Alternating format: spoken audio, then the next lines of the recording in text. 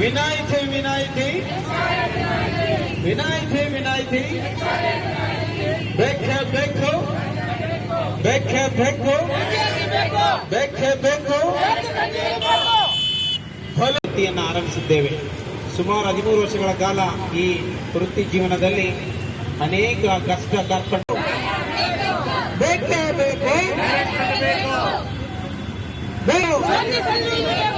ಬೇಕೇ ಬೇಕು ವಿನಾಯಿತಿ ವಿನಾಯಿತಿ ಬೇಕೇ ಬೇಕು.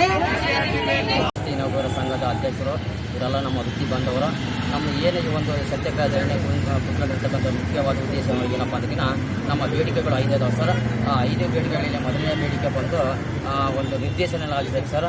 ಆಮೇಲೆ 2ನೇ ಬೇಡಿಕೆ ಬಂದು ಮರಣ ಮತ್ತು ನಿವೃತ್ತಿ ಹೋದಾನ ಕೊಡಬೇಕು ಸರ್. ಆಮೇಲೆ 3ನೇ ಬೇಡಿಕೆ ಬಂದು ಡ್ಯೂಟಿ ಸರ್ಟಿಫಿಕೇಟ್ ಕೊಡಬೇಕು ಸರ್.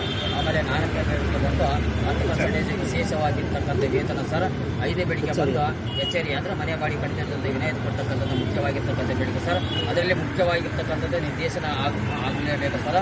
ಇಡೀ ಈ ದಿನ ರಾಜ್ಯದಂಥ ಪ್ರತಿಯೊಂದು ಜಿಲ್ಲೆಯಲ್ಲಿ ಜಿಲ್ಲಾ ಹಂತದಲ್ಲಿ ಒಂದು ಡಿ.ಸಿ ಕಚೇರಿ ಮುಂಭಾಗದಲ್ಲಿ ಕೂತ್ಕೊಂಡು ನಮ್ಮ ಉದ್ಯೋಗ ಮಿತ್ರರು ಏನಪ್ಪ ಅಂದರೆ ಸತ್ಯಾಗ್ರಹ ಮಾಡ್ತಿದ್ದಾರೆ ಸರ್. ಅದೇ ರೀತಿಗೆ ನಮ್ಮ ಬಳ್ಳಾರಿ ಜಿಲ್ಲೆ ನಾವು ಸಹ ಇವತ್ತು ಈ ದಿನ ಹಮ್ಮಿಕೊಂಡಿದ್ದೀವಿ ಸರ್. ಈ ಸರ್ಕಾರ ನಮ್ಮ ಒಂದು ಸಮಸ್ಯೆಗೆ ಸ್ಪಂದನೆ ನೀಡದೇ ಇದ್ದರೆ ಮತ್ತು ನಾಳೆ 3 ಮತ್ತು 4ನೇ ತಾರೀಕಿನಲ್ಲಿ ಒಂದು ಸತ್ಯಾಗ್ರಹ ಮುಂದುವರಿದಂತ ಹೇಳಲಿಕ್ಕೆ ನಾನು ಈ ಸಂದರ್ಭದಲ್ಲಿ ಇಷ್ಟಪಡ್ತೀನಿ ಸರ್. ಧನ್ಯವಾದ. ಇರಬೇಕಂತೇಳಿ ನಾವು ಸುಮಾರು ದಿನ ಆಯಿತು, ಒಂದು 15 ದಿನ ಆಯಿತು.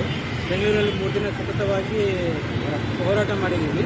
ಮತ್ತು ಈಗ ಜಿಲ್ಲಾ ಮಟ್ಟದಲ್ಲಿ ಕೂಡ ಕರ್ನಾಟಕದಲ್ಲಿರುವಂಥ ಪ್ರತಿ ಜಿಲ್ಲೆಯಲ್ಲೂ ಏಕಕಾಲಕ್ಕೆ ಈ ಹೋರಾಟ ನಡೀತಾ ಇದೆ. ಆದಷ್ಟು ಬೇಗ ಸರ್ಕಾರ ನಮ್ಮ ಮನವಿಯನ್ನು ಸ್ವೀಕರಿಸಿ ಎಲ್ಲರಿಗೂ ಅನುಕೂಲ ಆಗುವಂಥ ಕಾನೂನು ತಂದು ಎಲ್ಲರಿಗೂ ಶುಭವಾಗುವಂತೆ ನೋಡ್ಕೋಬೇಕಂತ ನಾವು ವಿನಂತಿ ಮಾಡ್ತೀವಿ.